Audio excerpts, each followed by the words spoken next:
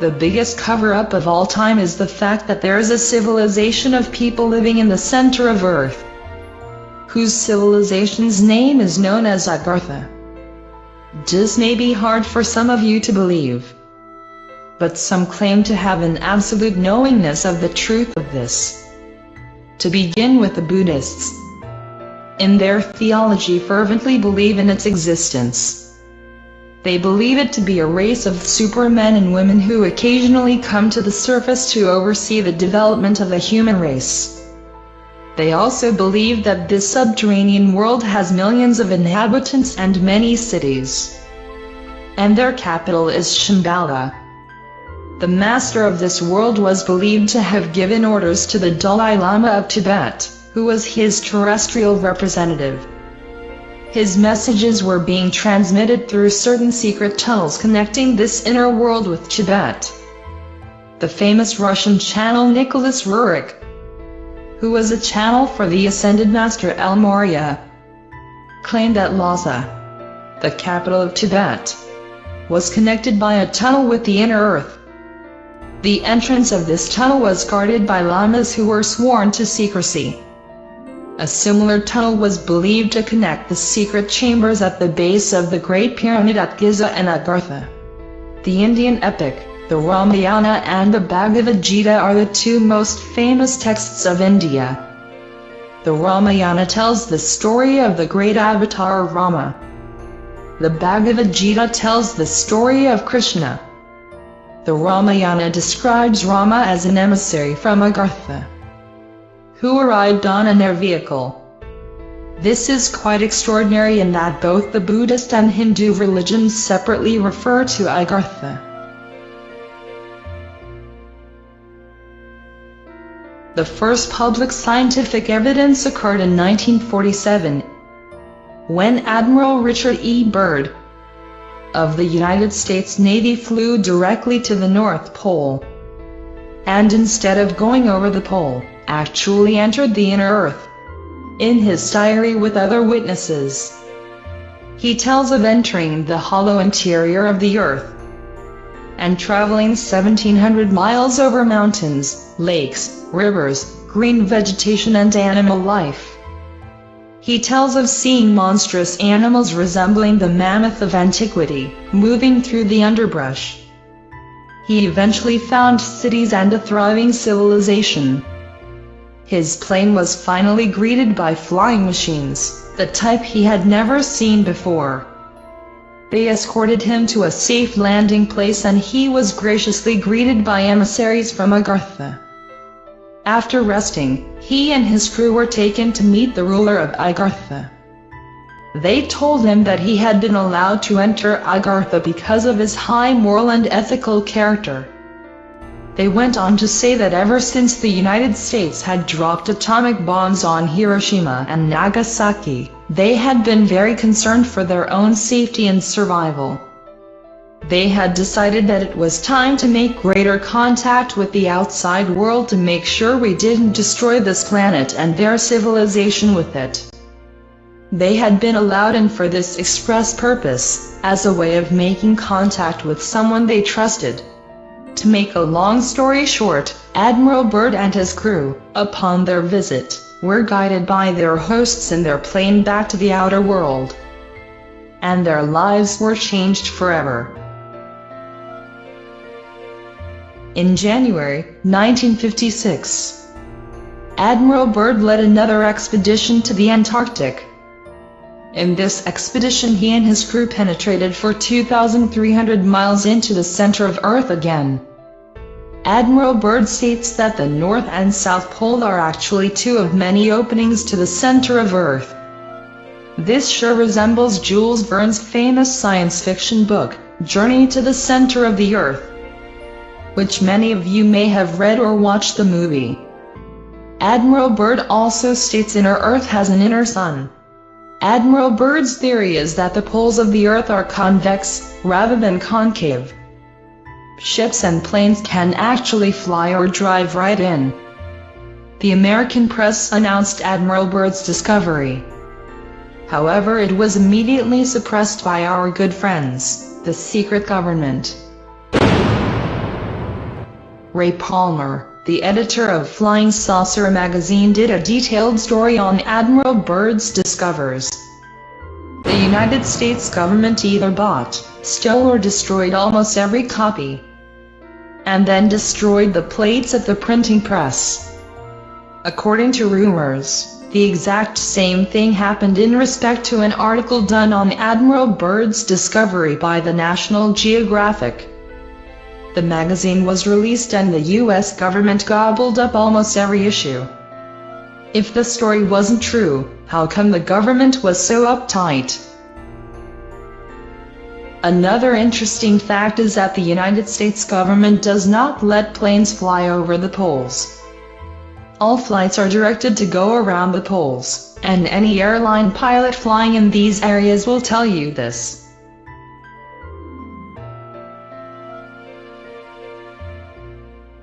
Another interesting phenomenon is the fact that the icebergs are composed of fresh water and not salt water that drift from the poles. Another interesting question is why it is warmer nearer the poles than it is 600 to 1,000 miles away from it.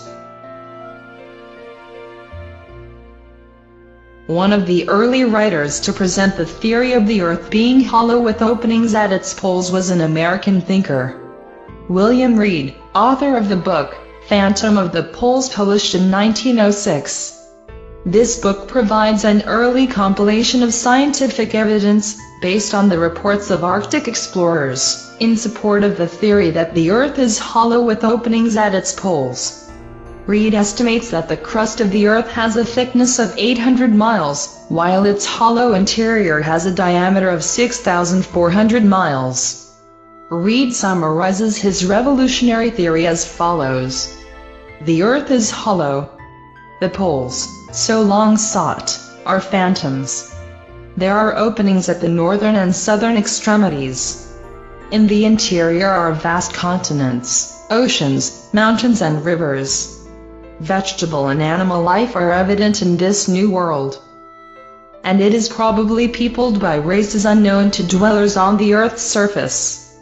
Reed pointed out that the Earth is not a true sphere, but is flattened at the poles, or rather it begins to flatten out as one approaches the hypothetical North and South Pole, which really do not exist because the openings to its hollow interior occur there. Hence the poles are really in mid-air, in the center of the polar openings, and are not on its surface as some discoverers of the poles suppose. Reed claims that the poles cannot be discovered because the Earth is hollow at its pole points, which exist in mid-air, due to the existence there of polar openings leading to its interior. When explorers thought they reached the pole, they were misled by the eccentric behavior of the compass in high latitudes, north and south. Reed claims that this happened in the case of Peary and Cook, neither of whom really reached the North Pole, as we shall later see. Starting at 70 to 75 degrees north and south latitude, the Earth starts to curve inwards. The pole is simply the outer rim of a magnetic circle around the polar opening. The North Magnetic Pole, once thought to be a point in the Arctic archipelago, has been lately shown by Soviet Arctic explorers to be a line approximately 1,000 miles long. However, as we stated above, instead of being a straight line, it is really a circular line constituting the rim of the polar opening. When an explorer reaches this rim, he has reached the North Magnetic Pole, and though the compass will always point to it after one passes it, it is really not the North Pole, even if one is deluded into thinking it is, or that he discovered the pole due to having been misled by his compass. When one reaches this magnetic circle, meaning the rim of the polar opening, the magnetic needle of the compass points straight down.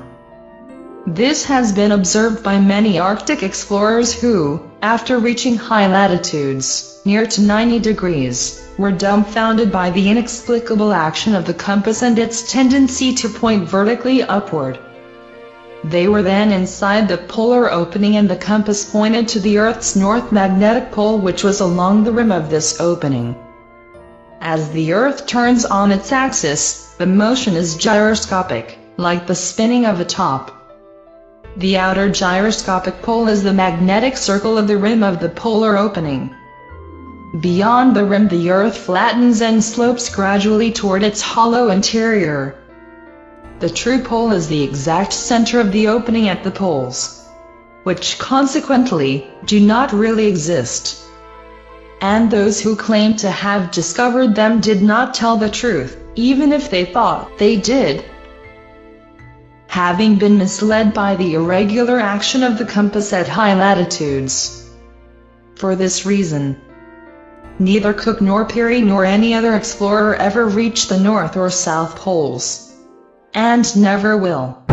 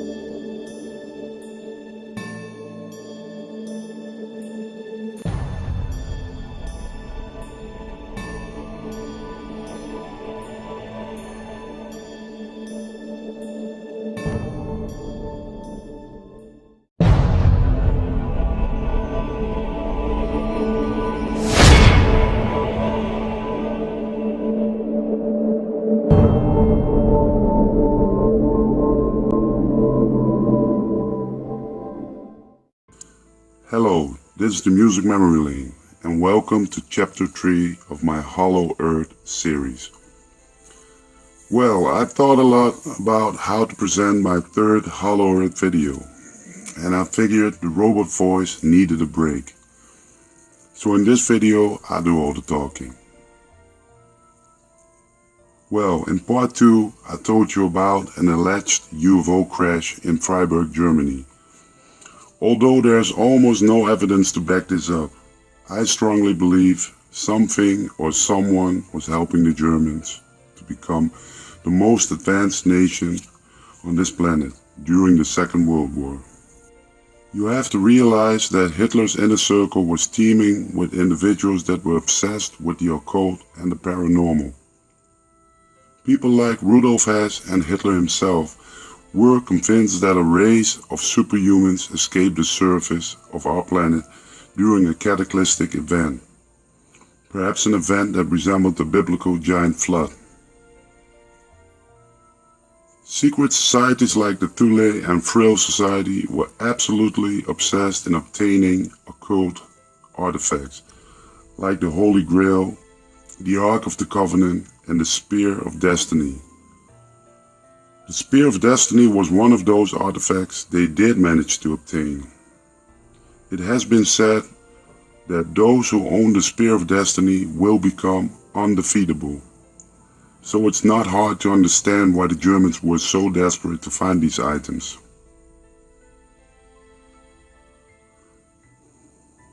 We have to ask ourselves some critical questions. How was Germany able to overcome the hardship of the Versailles Treaty, the inflation, the millions of Reichsmarks they had to pay to France and England after losing the First World War, a nation in complete rubble, and in a matter of years, Germany had become one of the most leading nations in the world? How was that possible? And whatever answer you can come up with doesn't make sense until you realize that Nazi Germany must have been held by forces unknown. There's no way Germany could have done this all by itself, especially when you look at the financial side of the story. Who do you think loaned Hitler all that money? Do your own research and find out. The superior advanced Germany technology still puzzles me and many others to this day. Some claim they were 50 years ahead, perhaps even more. And it's all contributed to Germany's willingness to use the latest technology to their advantage, while all the other nations have failed to recognize the possibilities. Well, I have a hard time believing this. While Hitler was searching for occult artifacts all over the world, the most sacred of all crashed into the forest of Freiburg in 1936, almost on top of their heads. Opportunity came knocking, that's for sure.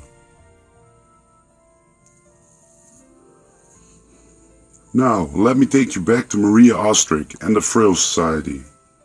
Maria Ostrich was known to channel messages and acted as a medium on several occasions. She was a regular guest at Heinrich Himmler's castle, and she took part in many channel sessions. She could even summon the spirits of deceased Nazi party members. They still advised their comrades from within their graves. Go figure.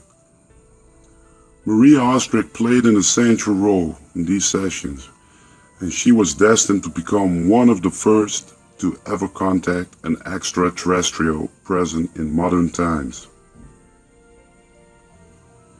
Now, Maria was sent for after the craft and its occupants were transported to Himmler's castle. She would have examined the deceased or even living pilots of the craft herself, perhaps laying her hands on their bodies. Or did she make contact by telepathy? Is it a coincidence that alien abductees often describe this form of communication as being the most common? It isn't hard to imagine that contact was made with the planet where these entities originated from. whether by physical contact or by channel sessions only. But one thing is for sure, Maria Ostrich received a lot of essential information during her channel sessions. Blueprints of exotic forms of technology were drawn on paper by Maria herself. The blueprints contained detailed information on how to create an anti-gravity engine. This allowed the Germans to create the most advanced flying crafts, such as the Haunebue and Frillcraft. They were in fact the first UFOs built by humans, and possibly the source of the Foo Fighter legend. Allied bombers who were heading towards Germany were often accompanied by small orbs or strange lights, small crafts that were behaving like no other plane like they had ever witnessed. The Foo Fighters caused a huge amount of fear and confusion amongst Allied bomber personnel. Could these alleged Foo Fighters be in fact experimental German flying saucers? You know, sometimes I wonder if the Germans were the first to sign the treaty with some alien race. We can only assume that we know what they had to offer, but what did Germany offer them in return? It is claimed that the Nazis were setting up a secret base for advanced weapon and flight experiments, as well as a place to escape should the war not go to plan. This was also detailed in newspapers of the time. In the Vierjahresplan, the 4-year plan, promoting the Third Reich's plan to colonize the Neuschwabenland. And their plans also involved a person that would become synonymous for the Hollow Earth theory. In late 1938, Admiral Byrd visited Hamburg and was invited to participate in the 1938-1939 German Neuschwabenland Antarctic expedition by the Nazis. Byrd had a great knowledge of the Antarctic area. He had already been on several expeditions there previously. However, Byrd declined. The Nazi expedition discovered several ice-free regions with lakes and small signs of vegetation. The expedition geologists said this phenomenon was due to hot springs. This discovery led to Heinrich Himmler to hatch a bold plan to build a permanent base in Antarctica. That base was codenamed Station 211. Admiral Karl Dönitz announced its completion in 1943 by saying, "The German submarine fleet is proud of having built for the Führer in another part of the world a Shangri-La on land, an impregnable fortress." There are many stories around Station 211, one of which details a supposed treasure room, which held the Holy Lance or the Holy Spear that pierced the side of Jesus Christ on the cross, as I mentioned earlier. Why Antarctica? During the Nazi expeditions to Tibet, they were given access to secret cave systems of the Tibetan monks that had not been seen for centuries. The Tibetans believed the arrival of the Nazis fulfilled their own prophecies that would usher in a new age of enlightenment. During the exploration of the caves by the Nazis, it is claimed that a secret volume of ancient texts from pre-flood times or even from Atlantis were found. These texts are supposed to have detailed where the opening to the Hollow Earth could be found, and Hitler believed that an Aryan race dwelling there would help them win the war. It is claimed that after World War II, Adolf Hitler did not commit suicide in 1945, but fled to Argentina, then on to Station 211 in Antarctica. Numerous Nazi submarines went missing after World War II, and it's supposed that these were used to transport Hitler and others. 2 submarines surfaced in Argentina 3 months after the war. They were captured by the Allies and interrogated by the Secret Service. It is believed that these U-boats were the ones who transported Hitler and Eva Braun to Station 211. Any possible evidence on both U-boats were missing. No name tags, no coordinates, no maps, nothing. But the Southern American Assembly of an Antarctic research expedition suggests that one of the crew members had failed to shut his mouth. Now, Admiral Byrd was sent to Antarctica. Publicly, it was just a research expedition. However, the amount of manpower sent was huge compared to the former Nazi Antarctic expedition. The massive Antarctic Task Force included 4,700 men, 13 ships, and multiple aircraft. Just to give you an impression of the scale of this operation. Admiral Byrd comments in his press release of November 12, 1946, stated that the purposes of the operation are primarily of a military nature. That is to train naval personnel and to test ships, planes, and equipment under frigid zone conditions. A major purpose of the expedition is to learn how the Navy's standard everyday equipment will perform under everyday conditions. Operation High Jump was designed to last 8 months. However, they returned after 2 weeks, losing many heavy equipment and planes. And now we have to wonder, was Operation High Jump a cover to finish off Hitler? With the amount of manpower sent, it could be the case. But did they succeed to destroy the last Nazi stronghold? Judging by their early departure, I have a feeling they failed to wipe out the remaining Germans. On the way back from his disastrous mission, Byrd gave an interview to a prestigious newspaper in Chile on March 5, 1947.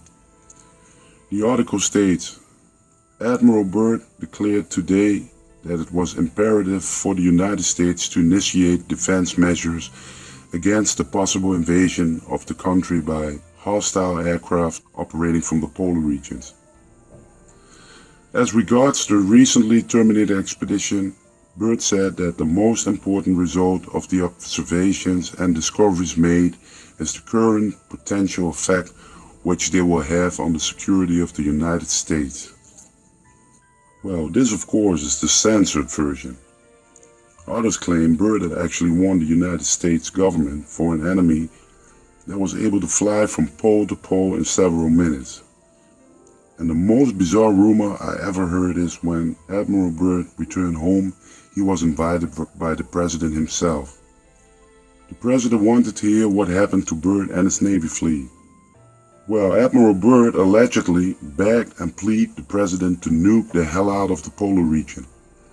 He urged the president to drop several nuclear bombs on the alleged Nazi fortress. According to many deathbed confessions by expedition members, the fleet was approaching the entrance of Base 211.